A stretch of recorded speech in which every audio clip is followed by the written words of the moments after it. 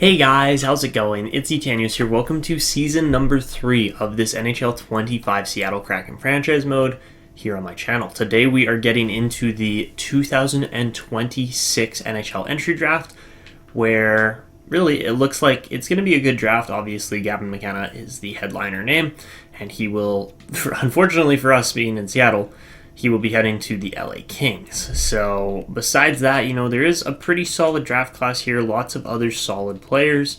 The one that we're kind of keeping an eye on is Alessandro Di Iorio, but I don't know if we're actually going to go for him. Our pick falls a little bit further back than that. Maybe we could get a Nathaniel Thorne or a Joe Ginla. Maybe one of those players. If all else fails, then we have a backup option in Jonathan Rintoul here.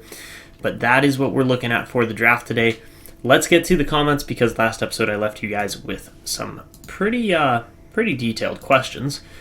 So my comment left you guys with the questions of, as we finish up making the steps in the right, because Shane Wright, this right direction, what moves would you like to see from Seattle heading into this offseason? So at the draft, I gave you guys two options. One was use some assets to trade for and draft as many draft steals as possible, so players and picks outside of the first round.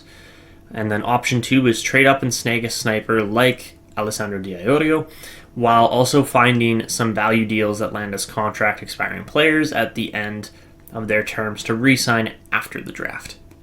So that was option 2.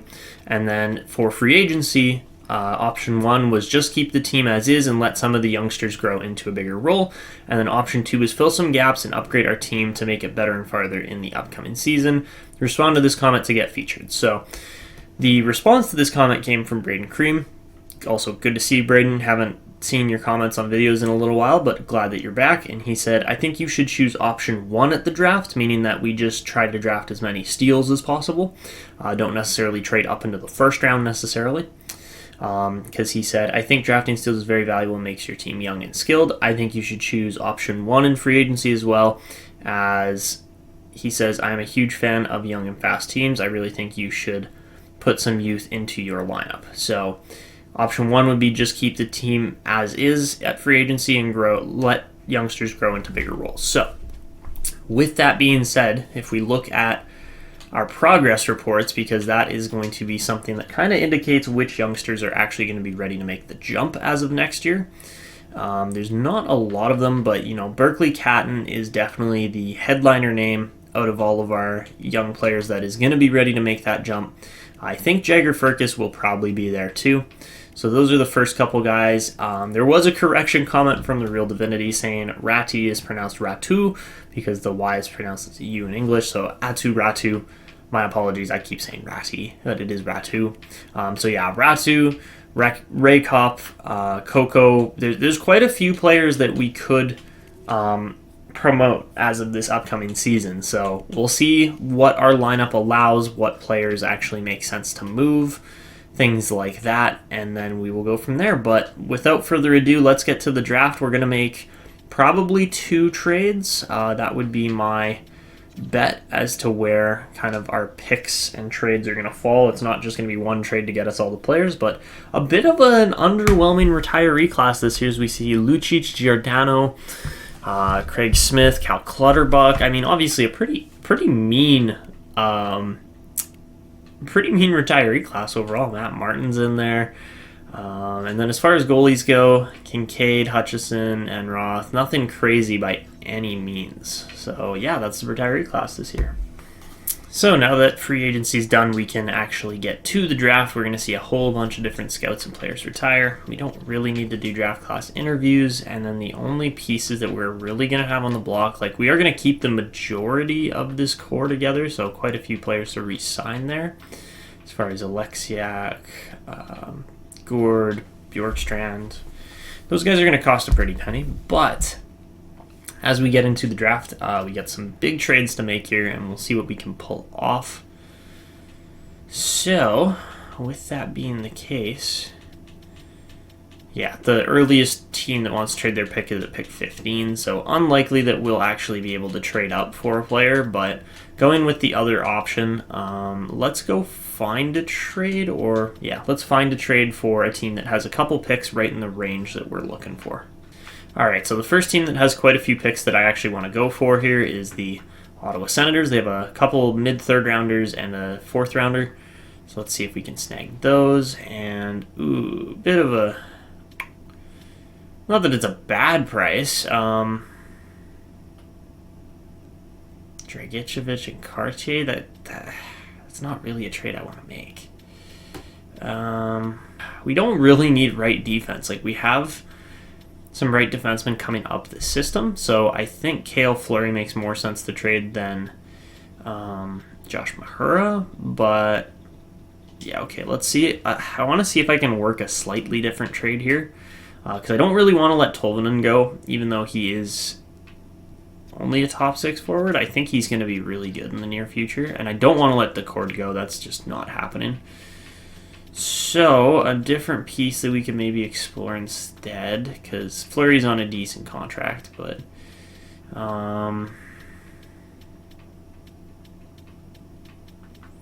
what if we threw like a Brett Leeson in there? Actually, you know what? Leeson's quite a bit younger than Tanev, so maybe Tanev. Grinder versus, he's power forward, right? Yeah, okay. So let's do Brandon Tanev, see if that's enough to get the trade to go through. I don't think it will be, but it might be. Okay, and that goes through. All right, so sweet. That is a nice and easy trade. Some solid pieces there, and then I just need to see what else we can do for exploring some other pick options that are going to land us right in the range we want to be at. All right, and the Gavin McCann pick is in, and he will be an LA King. Only 79 rated. That's a little bit weaker than I was expecting, but I mean, you know what? Whatever works. He's still a medium franchise player. Okay, we're going to try a trade here with the Sabres, see if we can get pick 42, 76, and 108. What would that cost us? Cartier, Tolvanen, Franzen, not great. Dragicevic, Cartier, I could maybe be okay with, or Cartier in a second.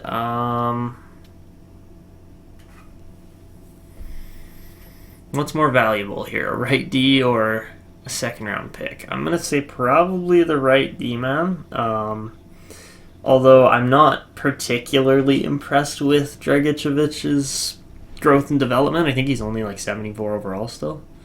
Yeah, so I mean there is a chance he develops still, but there's also a pretty good chance that he doesn't develop. Like his defensive game just hasn't really gotten good enough yet, so and I mean Cartier, as much as I'm sure lots of Seattle fans like him, as much as they like him, he's 25 already, so a little bit ahead of this team's core kind of age, just a little bit, not a lot obviously, but Dragicevic at 21 we can't fathom to let go of yet, so I guess we'll go with the second rounder next year, or instead of the second rounder, could we just tack on like 4 picks here, because I'm pretty sure we're not going to use these 4 picks based on what I'm seeing so far at least. So if we tack those on, is that enough to get the deal done? If so, that would be great. If not, okay, so it does get the deal done, great. That's better than giving up the second. We will absolutely take that. So the second pick here in this draft is Sergei Alexiev to the St. Louis Blues, so solid player there. He looks really good at 81 overall already, so keep an eye on him, but yeah, he looks really good. So looking at our picks and positioning now in the draft, we obviously have our first round pick still, but then we have a second, 4 third round picks, and 3 fourth round picks, so that's solid. That's exactly kind of the range I wanted to be in here, and now we just have to actually, pick the players. So yeah, out of those 2 trades, as far as the board goes at least, this is what we're looking at for steals and players that we can actually snag with these picks. So yeah, if we sort by potential here, obviously the first name would be Tuomas Lehtinen. I did want to make a trade for a second elite goalie just in case Franzen doesn't pan out. He seems to be on the right path. And then after Franzen, we've got this Parker Westgarth guy, or not Franzen, after Lehtinen, we've got Parker Westgarth, but he will be picked just after Len Del Monte, who looks really good too. And then after those 2, then it would be, I guess, Holtby, Kolesnik, Maybe Niemi if we're a little bit lucky with the picks as to how they pan out. And then this Beach guy, I do want to take another defenseman, so... Or sorry, not Beach, Leach. Brian Leach. This guy's actually also named Brian Leach, but a different spelling, so... I think, we might have to pick him, so keep an eye on him. And then I'm looking at this Denisov guy here too, and alright, who goes third here? Wyatt Terry. Another defensive pick for the Ottawa Senators, so that's kind of interesting. I don't know if I would have made that pick if I was them. I probably would have gone for a forward, but so be it. Alright, at this point we are... Ooh, that's a mess up by the Wings. Next pick is an elite. Ooh, Hunter Purcell. Yeah, that's a mess up. Yeesh. All right, so I think we're ready to sim over to our pick. Let's see how that was the top 5 there. And all right, D'Iorio fell all the way to 14, so we wouldn't have been able to pick him anyways. But man, that was close. Thorne does get picked at pick 16. Preston goes early, I'm pretty sure. And then that top 10. The entire top 10 was just solid, like good potential. Even the high 4 and high 6 are still good picks. They're just obviously not 81 rated medium elite picks. So a little bit of a mess up from a few teams there. But this now means we have Joe Iginla available. And honestly, if he's got a Nathan McKinnon comparison, I'm probably not going to really second guess it. The only reason I would is because this guy Jonathan Rintoul's on the board. But honestly, based on the offensive instincts and not having an A-rated shooting category, I would make the bet that he's probably a playmaker. So we could take him as a 2-year ETA medium elite or low elite. But I think I'm going to go with Joe Iginla because we need a few more snipers in this team. So yeah, we'll go with Iginla, even though he's not smaller necessarily, but he's just the better fitting play style. So at pick 17... he's wearing number 21. We will take him with our first round pick, and I'm pretty happy with that selection. So now heading over to the second round. Let's see who else got picked. Nestorov was pretty solid. Obviously, Rintoul's going to be good. It's just a matter of was he 69 rated or higher? If he was, that's going to suck. Okay, he was 67 rated. Ooh, and he goes to Edmonton. Okay, so that's not going to be fun in the future, probably, if he's playing alongside McDavid or Draisaitl. But, a solid draft here overall. Novotny is good. Venkateshin was good. Obviously, Rintoul was good. So, yeah, pretty solid draft overall. I guess we could have gone with Rudy Kane, too, but... we're taking the right winger there. Our forwards, well, we are actually in need of some left defense as well, but... there's just not a lot available in this draft class, which is why, if we go and look at lefty men,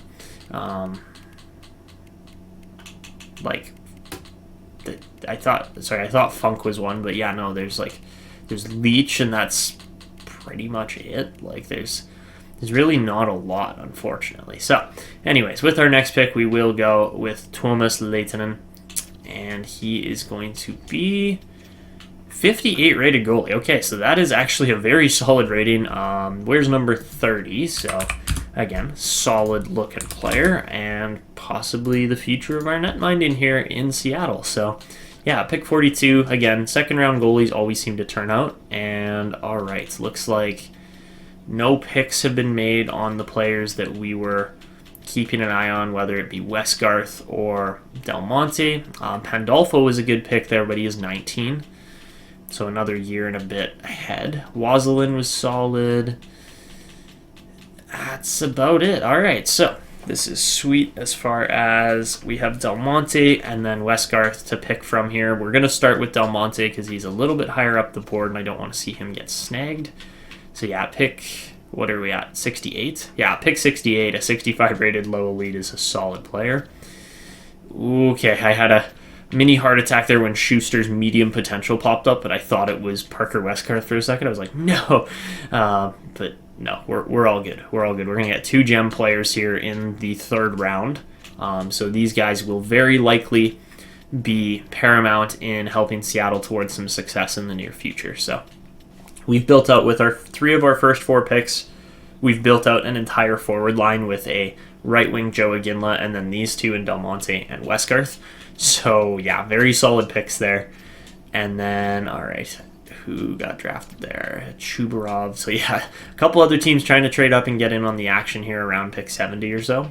But I think we are going to... I mean, we could take Funk here. I don't feel the need to because, again, there's... Wow, that was a voice crack. But again, there's so many other players we could go with instead. So I think we're going with Ali Holtby next. That's our next pick. And then after that, we'll go probably... I would say probably Kolesnik and Leach would be our next 2 picks, even though Niemi is, as far as I'm concerned, yeah, he is an 18-year-old versus these two are pretty much going to be 19 because you look at the seasons played, they've just played an extra year. So that is the difference. But I think, nothing wrong with taking 19-year-olds over 18-year-olds necessarily. So, all right, we will go, yeah, hold on, we're at pick 72. Yeah, we'll go with Ali Holtby. Yeah, we'll go with Ali Holtby. So yeah, another left winger, but again, gives us more flexibility in the system, a lot more depth. And all right, 53 rated playmaker. So honestly, not bad for an 18-year-old. Actually, you know what? If we make a singular more trade here, because again, we got pick 76 coming up, but why not snag everybody? Like, we might as well. So the pick I would trade, let's see, because we're at 108 and then 100 and then 108 and then 112. So I would trade pick 112 up just to get right back into this range. So let's see. To offer a trade to the Caps.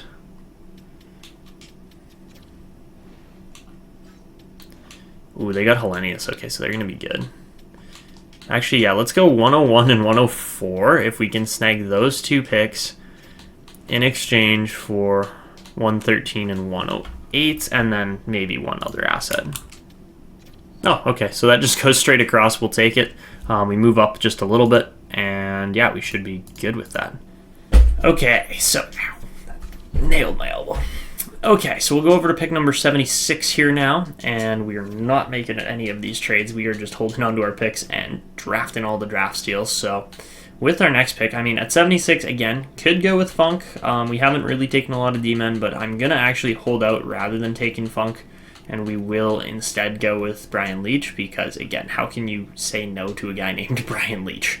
Like, out of all honesty. But okay, Kolesnik turns out to be 61 rated, so I have some faith that Leach is going to be good as well. So we'll go over to pick 100 here. So then these are our final 3 picks of the draft, but like, again, we have literally just drafted all elite players besides Joe Iginla, which is fine. Joe Iginla's still going to be solid too. We're not taking the bust player here, but we'll take Brian Leach, and man, if he turns out to be even half the player that the original Brian Leach turned out to be, okay, and he's 61 rated as well. Let's go. Okay, so cannot skate worth a damn, but can defend, shoot, and has decent puck skills. So, yeah, might be a pretty solid offensive defenseman style player. And then, okay, we're at pick 101 here. And at 101, yeah, Niemi. Again, another look-alike name, just a completely different player. Because if you recognize the name Niemi, then you would recognize that that was a San Jose Sharks goalie back in the early to mid-2000s. But this Niemi is going to be a left-wing player for the Seattle Kraken. So, very much, well, hopefully for the Seattle Kraken, as long as, everything pans out properly. But over to 104, yeah, I'm glad we did not take, is there another Keith Yandel? No, Christopher Yandel, okay. Like, if that's Keith Yandel, I'm going to laugh, because then that's just so many look-alike names. But for our last pick here at 104, we're going to take this guy named Ivan Denisov. He'll be just the second right winger we draft out of this entire class. Meanwhile, we've drafted 4 different left wingers. So, yeah, definitely need to balance it out a little more. And he is a low elite as well. Sweet. 56 rated. Not bad. I do like the left-handed shot on the right side. That is always fun with a playmaker. It gives me Nikita Kucherov vibes, even though obviously this guy, if this guy turns out to be half the player Kucherov is, then we've won with that pick already. But yeah, I think that's pretty much it. Like, everything else on this draft is just not really anything we're super interested in. Like, we have picks for next year. We got a couple seconds next year, so that'll be okay. We do have our own first-round pick still, so we'll see how that pans out. Obviously, this team, I don't expect this team to go anywhere, but if things do happen to work out that way, then great. And now I'm just going back through and tracking the few other picks that we traded away here. So, yeah, Okposo, not a bad pick, but he's tiny. The very last pick should have been made by Buffalo. Ooh, okay, Buffalo got Ariel King, so he's actually solid. Not that he's an insane player. Low top 4 players very, very rarely develop properly. So, yeah, Ariel King, nothing crazy there, but how did the 5th round go? The 5th round would have had at least 1 or 2. Okay, so you know what? We're just going to sim the rest of the draft. I'm honestly not even worried about these last 2 or 3 rounds because they looked so weak. But what we can do is we can go back and kind of track our other picks. So Buffalo had quite a few of our picks that we traded them. And they used some of them. They traded away some others. So 177, 145, and 128 were all ours. So nothing crazy there. But, you know, I just keep track of the names in case for some reason a player actually develops. It very rarely happens, but every now and then a team makes a draft deal with a pick you've traded them, and you just sit there and go, oh no. But yeah, overall, I think we won our trades by significant margins, especially if we get any player development here. This draft, again, we only picked it was a less than a 100 pick range, but we picked, 2, 4, 6, 8, 9 players in that range. So, yeah, we definitely just revived the prospect pool a little bit here in Seattle with that draft. So, I'm super happy with how it went. I hope you guys are too, because, again, we kind of followed what the comment section said there. And overall, we landed some serious steals. Like, there are some very, very good players that we were able to pick up from this draft, and I think it is going to drastically benefit the team in the near future within 5 years or so. Alright, so after that draft, we head to the re-signing phase here, where we have quite a few different coaches and players expiring and ready for new contracts, so we will have to deal with that quickly. I am going to re-sign the goalie coach over that other forward coach, just so that we get a little bit more goaltending growth. And then as far as the scouts go, we do have a few of them expiring this year. Actually, yeah, we'll rehire these scouts for now, but I think this is going to be the year where we do a big staff overhaul as well and get some better scouts, because, again, we have some B-rated scouts at the current moment, but year 3... From what I've seen with my other saves so far, year 3 is the year where you get a whole bunch of A scouts just popping, or A-rated scouts just popping up. So keep an eye on that, and we will make things work here. So obviously no scouts to re-sign. We have quite a few skaters that are RFAs, 6 in total actually. So let's go to the re-sign phase here. So first big name is Eeli Tolvanen, obviously, so we're going to go for him. 3 years, 5.5, not bad. Bjorkstrand, probably going to want similar, 4 years, 5.5. Alexiak and Gourde. Again, these guys performed well in the playoffs, so I don't really have a problem paying these guys. It's just the term is really more the thing that kind of turns me away from those deals. We will sign them, but yeah, the term on some of those deals is like, I don't know if we're doing that. At this point, Tolvanen should probably be making the team too. We'll keep a close eye on him. He is a high 6 at 23, so got a couple good years coming up here. He is big too. Another defensive defenseman style D-man, but we will take it. If Porter Martone jumps to an 80 rating after this year, I mean, he scored 90 points in the same amount of games as last year, and he's just scored way more goals. So if he jumps to about an 80 or 81 overall, we will sign him to start next season. But again, we're going to have to wait and see if that actually is the case or not. Let's just hit all expiring here and see who else is actually on this group. Villeneuve, Miettinen, and Bernier, we will sign those 3. Besides that, though, I guess we'll go with Caswell. Like, we'll sign all the young guys, but the older guys like, McCormick and Brouillard and Olofsson probably are not going to be getting contract extensions. So a little bit unfortunate there, but that is kind of just how this works. So we're just going to try to rip a 2-year...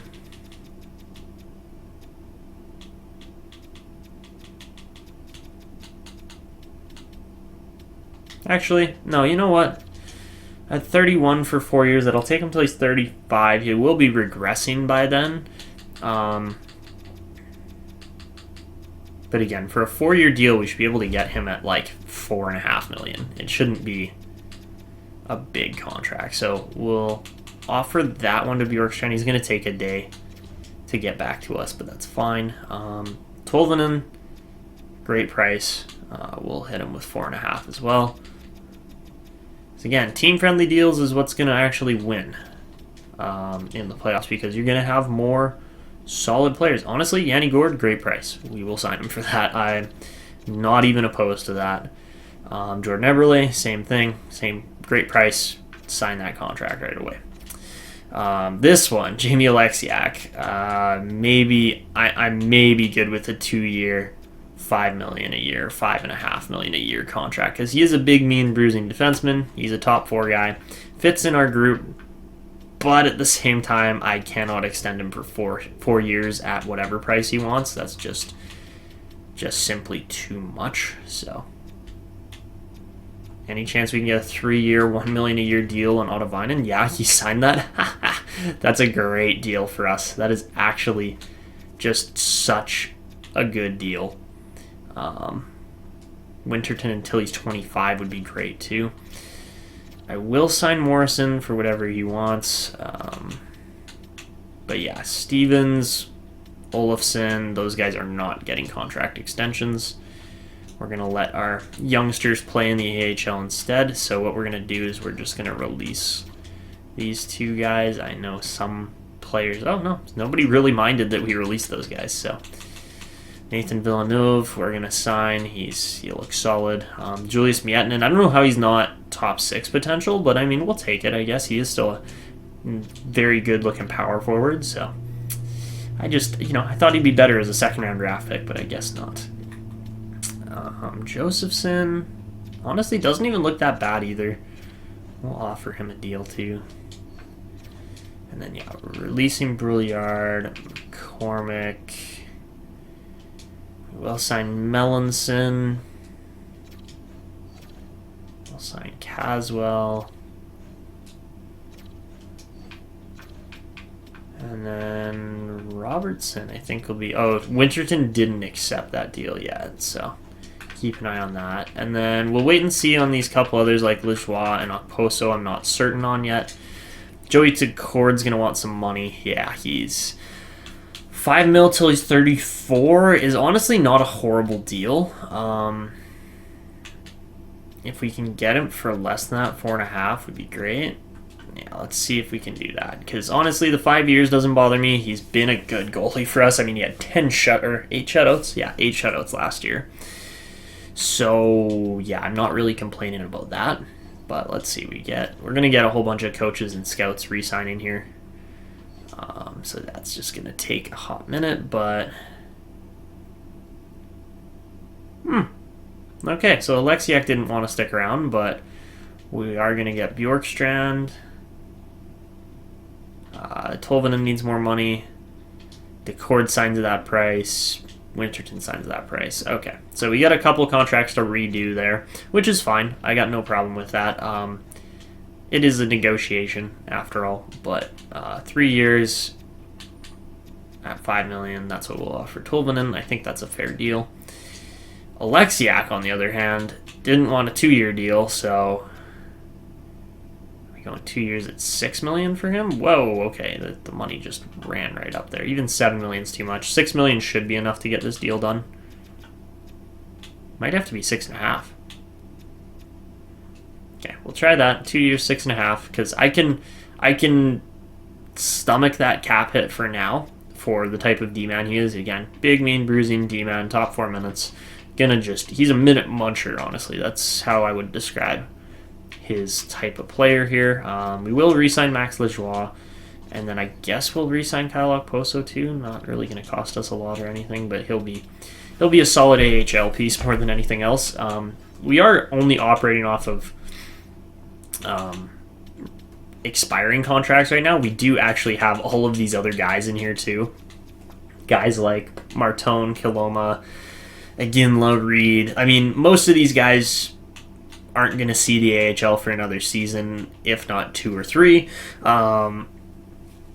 So, yeah, just keep an eye on them, but you can see the level and quality of potential down here in this system is going to make a pretty serious impact once it starts to hit the AHL and NHL rosters. It's going to take a little while, but trust the process because this group is looking really, really good. So, yeah, I very much like how many top quality talents we have down in our system, mixed with, you know, the few that are already up in our system, guys like Shane Wright. He's going to be our, not franchise center, but he's going to be our first line center for the next decade at least. So, all right, we'll advance another day, hopefully get all those other contracts to re-sign here. And, all right, Okposo and Lajoie have definitely re-signed. Did Alexiak sign? Yes, he did. All right, and we get Tolvanen in there as well. All right, so I think we're good to go right up to free agency now, and we are going to have a serious scout overview on our hands where we just go and sign so many scouts. Not scout overview, it's scout overhaul. That's the word I'm looking for. So, yeah, once we do that, this team's going to look a lot different. Okay, so in total, we're going to be hiring 13 new scouts. They're not all going to be amazing or crazy, like A-minus, A-rated scouts, but for the ones that we are hiring, they are going to make a fairly large impact on our scouting staff. And the majority of them are these top-end scouts, but at the same time, we're only overhauling 13 total scouts. It's not going to be the whole 20. Just simply because not all of these scouts fit perfectly, which, you know, it is what it is. Nothing wrong with that. It's just, it's too bad that there aren't more scouts that we could actually pursue for being good scouts for our current staff. We need to go to assign scouts. We need to fire a bunch of scouts. I mean, it's actually good because the couple Liga scouts that we have here, Liga and SHL scouts that we have here, don't really need to be replaced. It's literally just all our Liga, all our SHL, and then a DEL, KHL, and NLA scout are the ones that we're not firing. So down to just, 4 C-rated scouts, 3 B-rated scouts. Yeah, we'll be good. We're going to have a really good scouting staff here in the next season. So now that we're done that, let's go look at the free agents, see what's available. Obviously, Marty Nichas is the top dog there, but there are some other pretty solid looking RFAs that we could potentially pursue. I don't think we need to, but I think that was part of Braden's comment. Let me go look at it again. No, that's pretty much it. Okay, so he wasn't saying, he was more saying just keep the team the same. We don't really need to, you know, go out of our way to sign RFAs or anything like that. Obviously we have $12 million, so could we? Yeah, absolutely we could. But we're not going to. Also, the Oilers trading Kesselring for Bjorkstrand is just so funny in my mind. Like, you got a great 6th round D-man here, and what did you do? You traded him away for a rental. Oh, that's so funny. Yeah. Anyways, besides that, is Korczak not an RFA? No, he is. Okay. Samuel Fagemo? I didn't say Fagemo. Samuel Fagemo could be a pretty solid option as well for our team. So maybe we look to pick him up. He's not going to cost us anything really. He's literally $850K. We can even offer him $950K. Yeah. Okay. So he accepts that right away. Maybe we go for. Is there any decent goalies? Jet Greaves, maybe? Yeah, not a lot. Wait, is that really it for goaltenders? Whoa. No, okay, that makes more sense.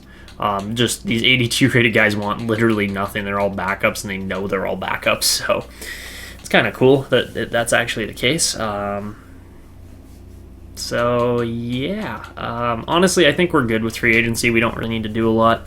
Maybe once we get to the next season and things actually start kind of shaping up and we look at our team and see what we need still, then maybe we make some moves, but or maybe we sign some last-minute free agents, but we're going to start getting these scouts in here. So, yeah, the only one we're firing here is Marian Janus. Actually, even then, with the D rating in the NLA... Yeah, you know what? Let's do that. Let's put Janus in the NLA and let them get better, because that's still better than having the C-rated scout. So, yeah, let's do that. So, guys, before we jump into the next season here, we have to make sure that we actually change this quality here. And, again, this is the randomized wheel. So we're doing draft class quality and prospect quality and seeing what we get. And, all right, we're going to get high draft class quality, I believe, again. I might be wrong on that, but I think we're going to get that again. So... high draft class quality.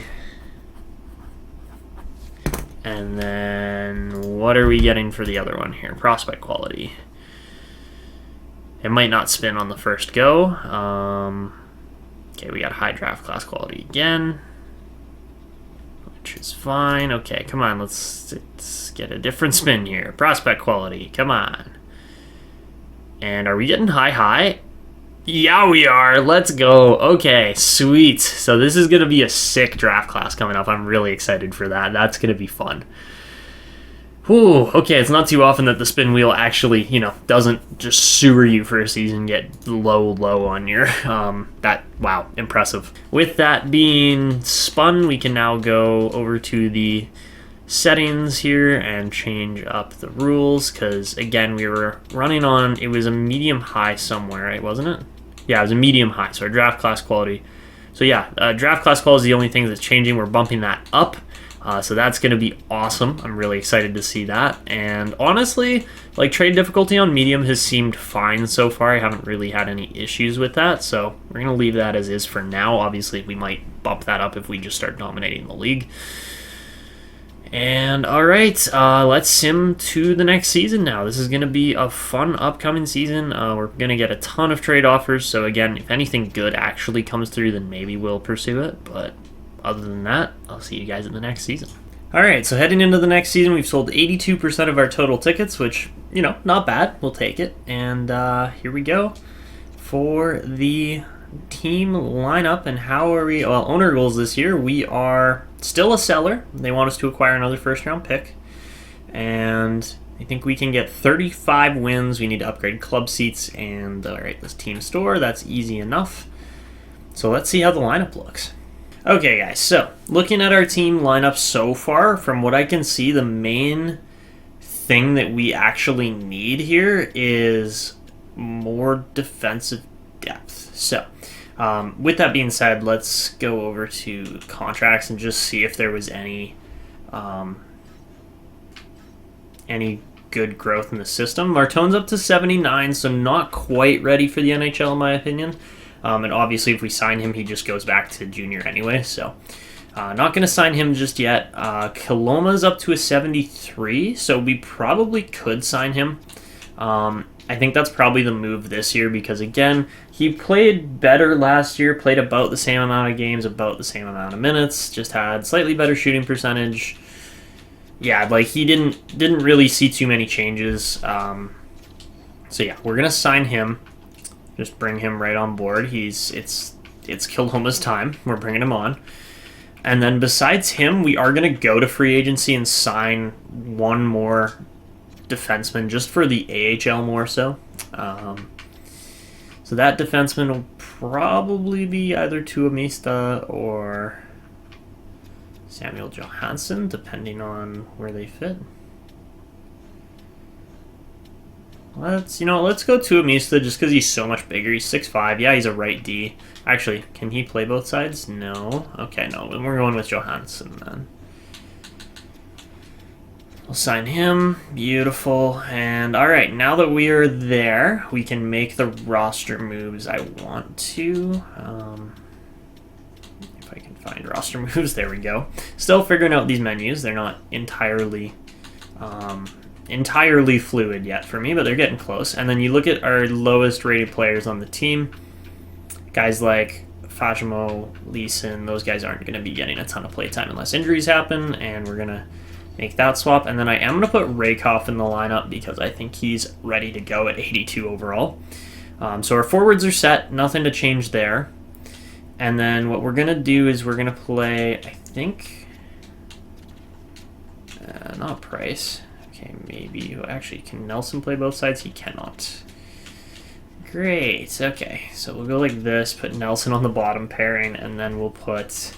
I'm going to try Coloma first because I think he is the guy that needs to go in here. And that doesn't work, of course. Okay, there we go. So that's our pairings that are going to get 0 chemistry, no negative at least, which is nice. And then Johansson is more of a bottom pairing guy. Does he fit better than Bernier? Probably. But do I want to put Ty Nelson out of the lineup? Not really.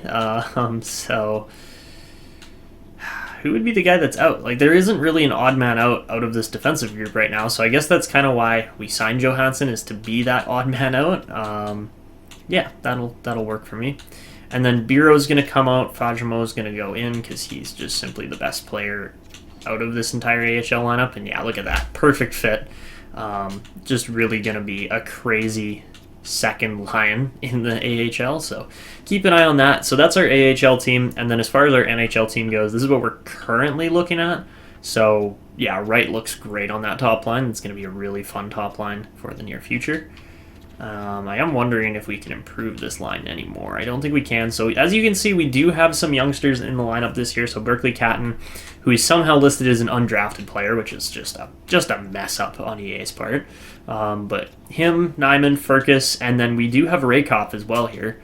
So I think, honestly, it might be Jordan Eberle being the odd man out here this year because, really, if we run this properly, which would be, we're trying to develop our players, right? So if we're trying to develop our players, that means Gourde goes down to the fourth line. I'm going to go and do the coach conversation that will hopefully see this change so we can have a roll 4 line system instead of roll 3 lines, because I want to roll 4 lines for our forwards. I think that's going to make our team that much better. But here's the defense, and the defense looks not electric, but it looks really good. So something to keep an eye on there. And then for scratch players, we have Lajoie up as the extra D-man. He doesn't fit any of the pairings, really, but that is our team that we're going to use for this season. We'll see if any other... Yeah, I don't think any other roster changes and moves is going to make much of a difference at this point. So we'll see how this youngster third line, they're all under 22, or 22 or younger, goes. And that's going to be the fun one to keep an eye on. Everybody else, we'll just sit back and see how they kind of pan out. But that is our team for this year. So looking at the jersey numbers and captaincy and everything, Jordan Eberle is still listed as the captain. We're going to keep him that way for now. Jagger Firkus will be getting number 9 once Chandler Stephenson's off this team, but for now, I think we're going to keep him with number 11, which is fine by me. He could have worn 27, but Catton got that one first, so that's going to stay that way. And any other number changes? I don't think so. I think we're pretty good, actually, on numbers. Like, normally, there's a little bit more error and problems with the jersey numbers, but they look good this year, so yeah. And as far as the progress reports go, obviously certain guys are just going to have these massive changed numbers to their systems already, and then other players are going to be super high potential with like no changes. So yeah, that's where we're at, and it's going to be a fun season coming up here. Damn, okay, so alright guys, our owner goals changed here, and we are now apparently buyers, so we're supposed to make round 1 of the playoffs, which is, I mean, doable for sure with this team. I just didn't expect us to flip-flop from sellers to buyers that quickly, and we did. So that's going to be something different to deal with for sure, but yeah, I like where we're at. All right, so we've changed things now, so we do have roll 4 lines, which is good. I like having that setting with the coach. That just makes things so much better, because if you're actually rolling 4 lines properly, then yeah, like look at Yanni Gourde, he's 87 rated. How are we not playing him on the, like, we have to play him on the second line, but it just, yeah, it makes more sense to do it this way. So yeah, honestly, I'm looking at this Seattle team, and yeah, we are not only buyers, we're gonna be competitive this year. I think. I mean, maybe I'm wrong, but yeah, you look at the group, it's just too good not to compete. So yeah, this is gonna be fun this year. I hope Eberle and Larsson don't take too much of a hit for sitting for a bit of the season, but yeah, honestly, this team is just gonna be so good this year. I think. I mean, we'll see, but I can't remember the last time I had an 87 rated forward on my third line, so it's been a while, but the draft class is looking kind of interesting this year so far, but nothing really super crazy going on just yet. Alright, so here is our team ratings for this season. The first, of course, we're going to be on the side that my camera's in the way of, so let's turn that off for a second. So this season, guys, we're rolling with 95 offense, 93 defense, and 85 goaltending. This team is going to be sweet. So yeah, keep an eye on that group. That's going to be something else, honestly. Like, year 3 and we're rolling with those ratings, 95, 93, 85. Like, I think we're going to be okay. Like, again, this team is just simply far more... Oops, almost backed out by accident there. But this team is simply just far more competitive than I expected them to be at this point. I really thought some players might take a hit or a drop off, but let's start simming, and of course we just immediately start losing, but then we beat St. Louis 7-1. So here's the team ratings for the AHL this year, and then once we do that, then we'll just be simulating through. And nice, it's on the other side of the screen. So we got 78 offense, 72 defense, 78 goaltending. So yeah, the defense taking a little bit of a hit there just with the overall ratings of those D-men, but I think it'll be fine. Hopefully defense isn't our weak point, but so far with our system, it's starting to look that way. So anyways, I will be back with you guys when we hit the end of the season. If there's any big trades or stop-ups or injuries or things like that, then I will make sure that gets updated in the video. But yeah, I will be back with you guys for sure at the end of this regular season. Okay, guys, so we're in the final month of the season here, and we're somehow in a wild card spot with a losing record overall. Like, yes, we've gotten 9 extra points off of all those OT losses, but how are we in a playoff spot? We only have 85 points in 77 games. Like, there are so many better teams than us. Like, you look at... actually, I guess not. I guess we are in the top half of the league. It's just the way the standing dispersion is working that we're somehow pushing a playoff spot. But yeah, 38, 30, and 9 is it's not a good record, that's for sure. But there we go, back to pretty much 500, down below again. We're gonna make the playoffs with an under 500 record, potentially. There's a chance of that. Overall, our team is developing quite nicely. I'm actually very happy with where a lot of our prospects are at this year. Like, even Saarinen, look at this guy.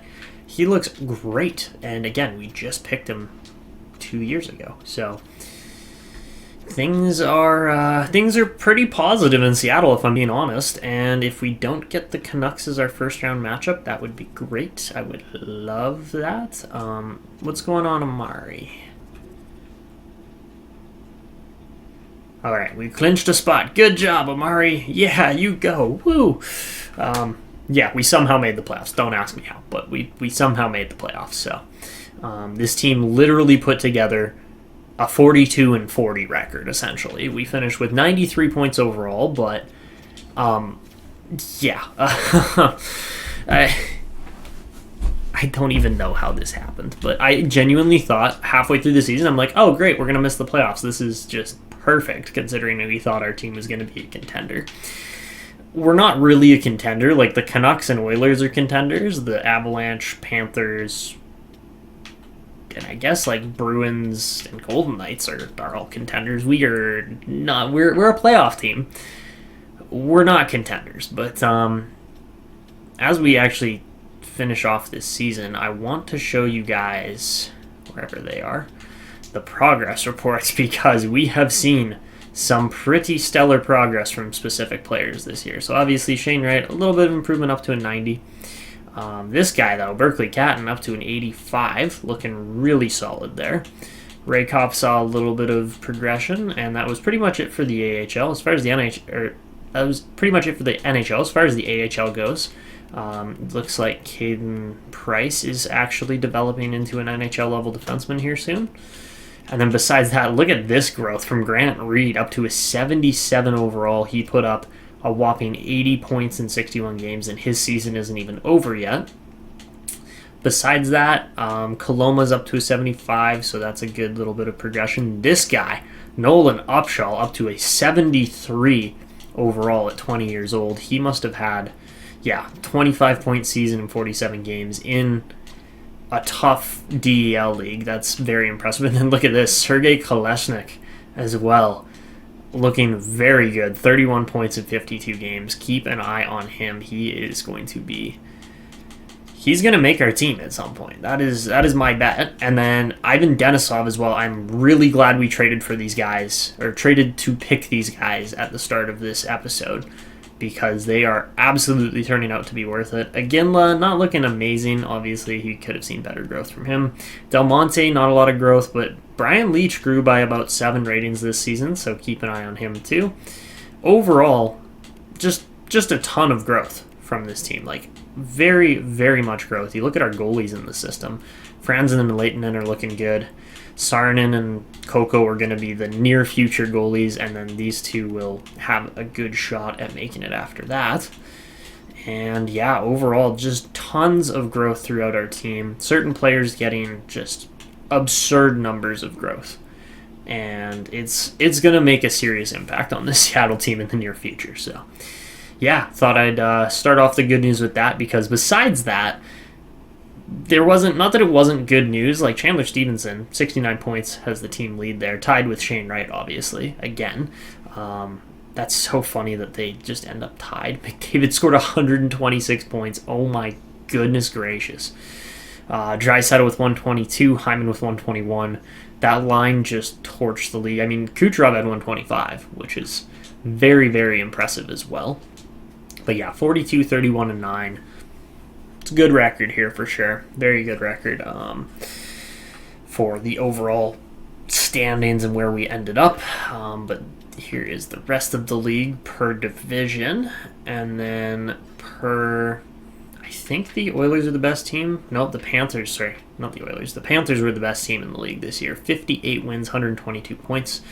Just a sweet record for them. We end up finishing 13th, so we're not going to have a super high pick in the draft this year, which is too bad because, again, it's a high prospect quality and draft class quality year this year. But there is a franchise player at the top of the class. We can see that now at this point, so the Kings, Blues, Capitals, and Red Wings are going to be very much excited about that. As far as our team scoring goes this year, Stephenson and Wright were the two best players. Stephenson was a little bit higher in points per game because he did have an injury in the season that missed 4 games for him. Overall, for our forwards, because there were some pretty good defenders in there too, here's our point totals. Things are looking very solid. Obviously, our 2 rookie guys didn't score a ton, but 16 goals for Firkus in his rookie season is solid. I'm happy with that. And then here is your defenseman. So Dunn and Montour obviously were the top dogs here on this team, just scoring so much more than all the other D-men. But, everybody got at least 10 points as a defenseman, so that is solid, besides, of course, Lajoie, who he only played a handful of games. Daccord gets 3 shutouts and 37 wins this year with a .911 save percentage. And then there are your rookies. 4 rookies this year on the Seattle Kraken, a big change up from last year with having no rookies. But then as far as your top players go, McDavid just not ran away with it. It was very close, but he had a 60-60 season, which is insane. Matthew scores 66 goals to be the top scorer in the league. And as far as rookies go this year, Marco Helenius, I knew he was going to be good for the Capitals. Just beats out Berkeley Catton, but plus minus might have a pretty big factor there. Because after that, there is a bit of a drop-off between the top rookies and then the next few. Maxime Mogilny looks very good. Sergei Alexiev obviously looks amazing. Luka Delbel-Beluz is actually getting there too for the Columbus Blue Jackets. And then as far as goaltenders go, 44 wins for Alexander Georgiev this year. He was outstanding. The best save percentage in the league is pretty much going to go to, you could say Bobrovsky, but it was really Georgiev out of all those top goalies. Just not really that close. Most shutouts goes to Sam Montembeault this year, putting up 6 shutouts, well, I guess tied with Carter Hart and Andrei Vasilevsky. So yeah, very, very solid numbers there all around from the league. And that was a fun season. I'm impressed with our team's growth and development. Obviously, I wish our team could score more, but we don't have a Connor McDavid on our team, so that's not really surprising that we're not scoring that much. So yeah, now that we are heading into the playoffs, we will keep an eye on the AHL too. But the AHL is seeing some decent progress, but we are going to get, I would bet on the Edmonton Oilers this year as far as which team we get. We pass a ton of our goals, so it's been a good year. Oh, and we're going to get the Colorado Avalanche out of all teams. Okay, so that was not who I was expecting, but that is okay. So, actually, yeah, let's just go look at the standings, see how that kind of played out for the West. Because, yeah, overall for the Western Conference, 3-7. Interesting.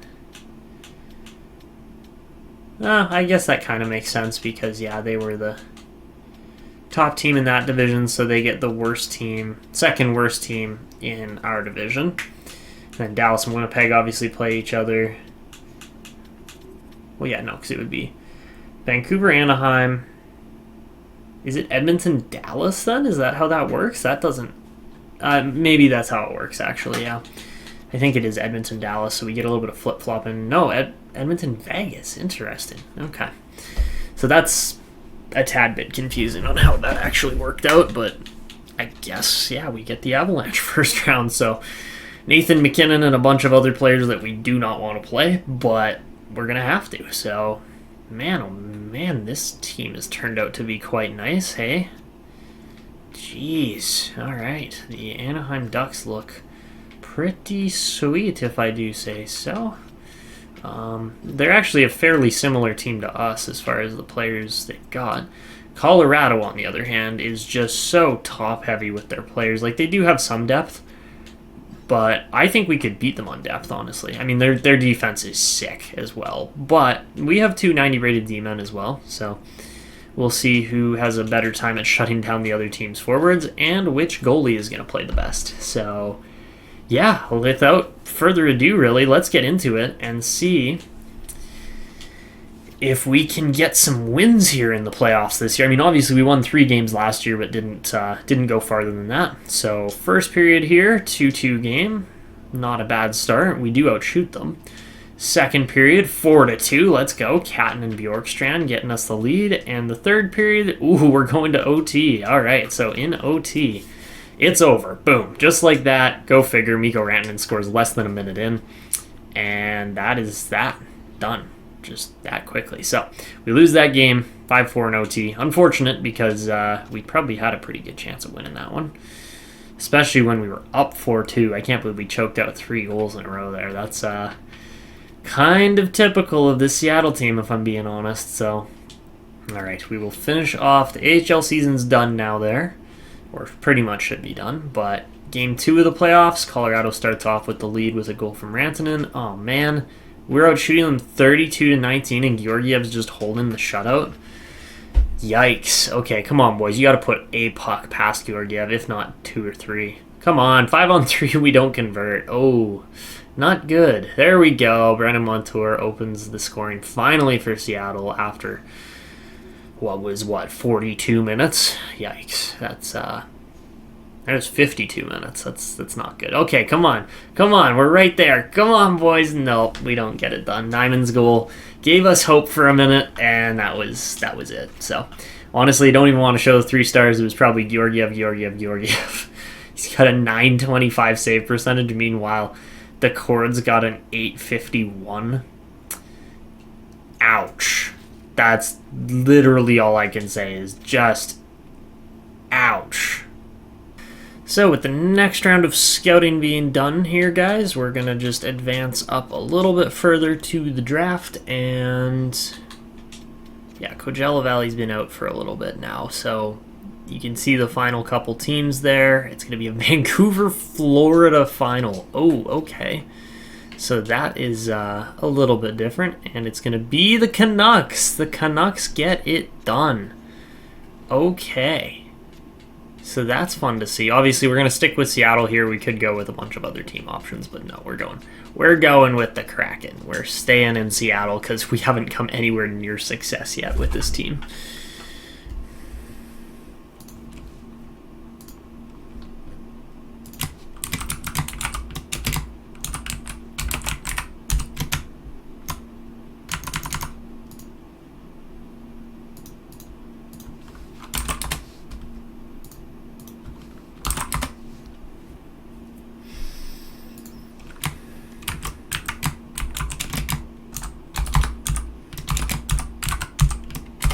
Dang, Iowa wins 2 championships in a row. So yeah, Vancouver and Iowa are your 2 winners this year for the respected championships.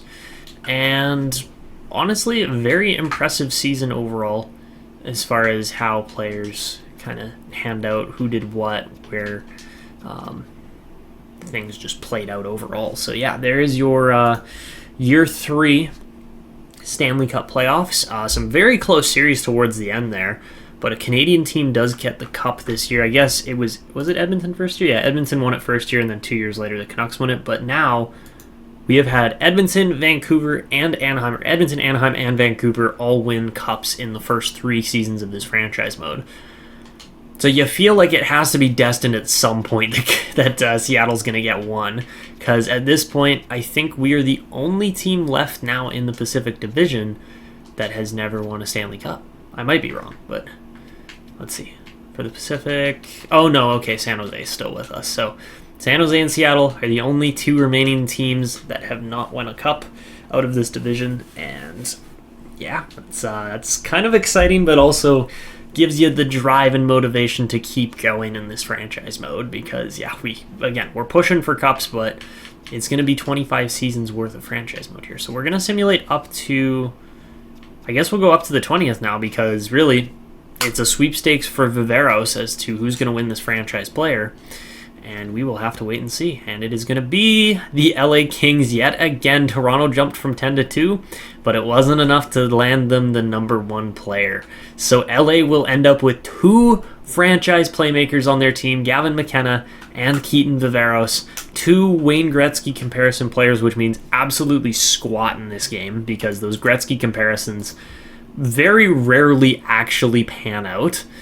But yeah, the LA Kings yet again land the number 1 pick, so they cannot win another draft lottery now until 2032, I believe. 2032 or 2031, right in that range.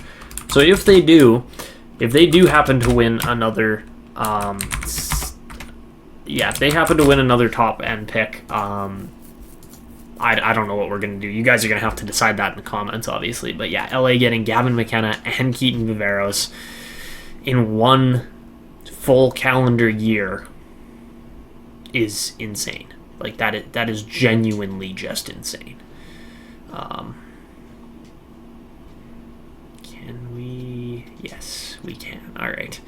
I want to see how good has Gavin McKenna turned out to be, because he's obviously playing in the system. Or not. Is he on the main roster? He is. So he's only 80 overall. See, this is what I'm talking about with Gretzky comparisons. It does nothing. Like, literally, these players should be so much better, and they just don't turn out. So, yeah. Maybe it's a curse. Maybe it's not. But I very much more so like the current place that our team is at. That is San Jose. I'm like, why do we have a franchise player on our team? We don't. We do not have any franchise players on our team, nor will we probably ever, unless we get way into this franchise mode and are horrible again and end up getting a top lottery pick. But yeah, honestly, this team is at such a great spot right now. that I think it's time to offer Shane Wright a contract extension. And I think an $80 million contract extension is probably the right call.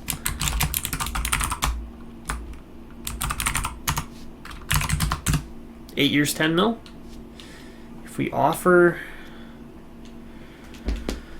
let's see, because 8 years will take him up to 31, which is right in the prime of his career. But if we offer any kind of clauses, then that's great. If we do, I think we do not a reduced. Well, let's do an.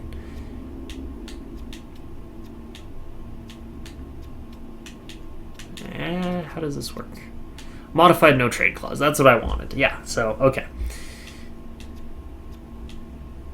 50%, so we can only be traded to half of the league. I think that's probably the right move just in case things really go sour with our team, which I don't think they will, but again, this is the contract we're going to offer him. It should be enough to get it done.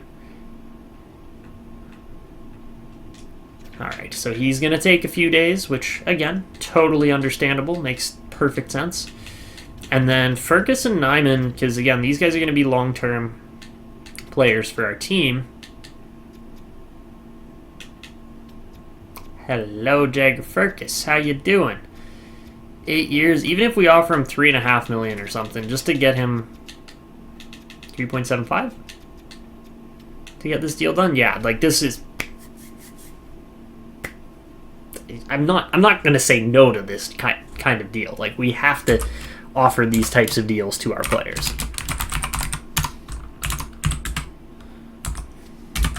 Like, we are banking on Jagger Firkus being a top 6 player now with this deal. Which, am I opposed to? Not at all. We'll do a modified no-trade clause for an 8-year deal. That just makes perfect sense. Nyman being in our bottom 6 more so, I don't think an 8-year deal makes sense, even if we offer him the money he's looking for. Because, yeah, 1.85 I don't think will be enough to get it done. Even if we add other clauses in there. So, I mean, we can try it. I don't think it's going to go through, though. Because a $1.85 million deal would just be bonkers. That would be such a good deal. Especially for a guy that has top 6 potential still. Nicholas Coco, we definitely need to offer a contract to. He wants a one-way deal. What's he going to cost for 8 years?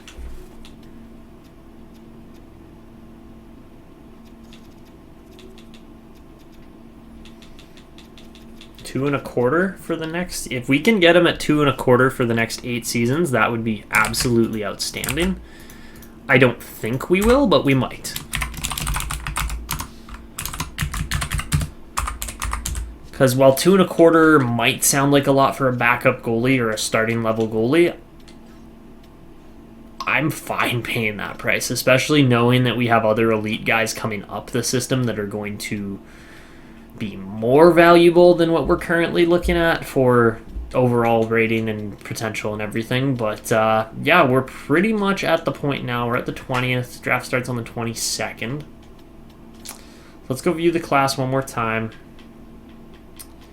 Obviously, Landon DuPont should be a franchise potential right D-man, but the game, not the game, but the EA ratings just screw him over there. There's one more guy here named Russell Lutzer, who is he scouted by last? Hold on. Scouted by Lars Davidson last. Let's give him a look too, just see if we can get any more information about him. And Stoner is not going to have a... That's unfortunate. He's not going to have a potential overall rating. That's too bad. But it's all good. So, yeah, you can see we got a lot of players to pick from here still, especially past that 130 mark, which is great because that's where a good chunk of our picks are going to land, or that we'll trade for to go get, because, again, there's that many good players back here. I think with our first round pick, we have to go with Tucker Kearns, though. Like, I just don't see us selecting anybody else with that pick because he's just a little bit too good at that range and that overall rating and everything to pass up. So yeah, he's probably going to be about 78 rated. If he's 80 rated, great. That would be awesome, but I'm not banking on that either. So we'll finish off the year. Oh my god, Jared McCann's 90 rated. I guess he did score 67 points, which is almost matching a career high. Is not quite 40 goals, but yeah, he had a very good year this year too. Raykop's up to an 84, so that's insane. Firkus, Catton, Nyman, Ratu, tons of guys growing. We love to see it. We love to see those type of results. And then look at our system, man. It is great. It is great what we got going down here in Seattle. So yeah, going to be a fun upcoming season with the draft and everything else. Obviously, our team doesn't go quite as far as we wanted them to. The only other thing I think that we missed here at this point now is the awards. So we'll finish off this season with the awards. Obviously, the Canucks got the cup. McDavid wins yet another Art Ross, obviously. Kucherov gets the Hart this year. Cale Makar wins yet another Norris. Nikita Kucherov gets the Lady Byng as well. Berkeley Catton, there you go. Our second ever Calder Trophy winner after Matty Beniers himself. Solid. That's just solid. We love to see that. Quinn Hughes gets the Conn Smythe. Alexander Georgiev with the Vezina. Spencer Knight and Sergei Bobrovsky win the Jennings this year. Simon Edvinsson wins back-to-back Masters. He's going through it, apparently, as far as having a serious perseverance. Della Rovere wins the Jack Adams this year for the Golden Knights. Scheifele gets a Selke. That's impressive. Kucherov with the Ted Lindsay. And then Austin Matthews wins the Rockets.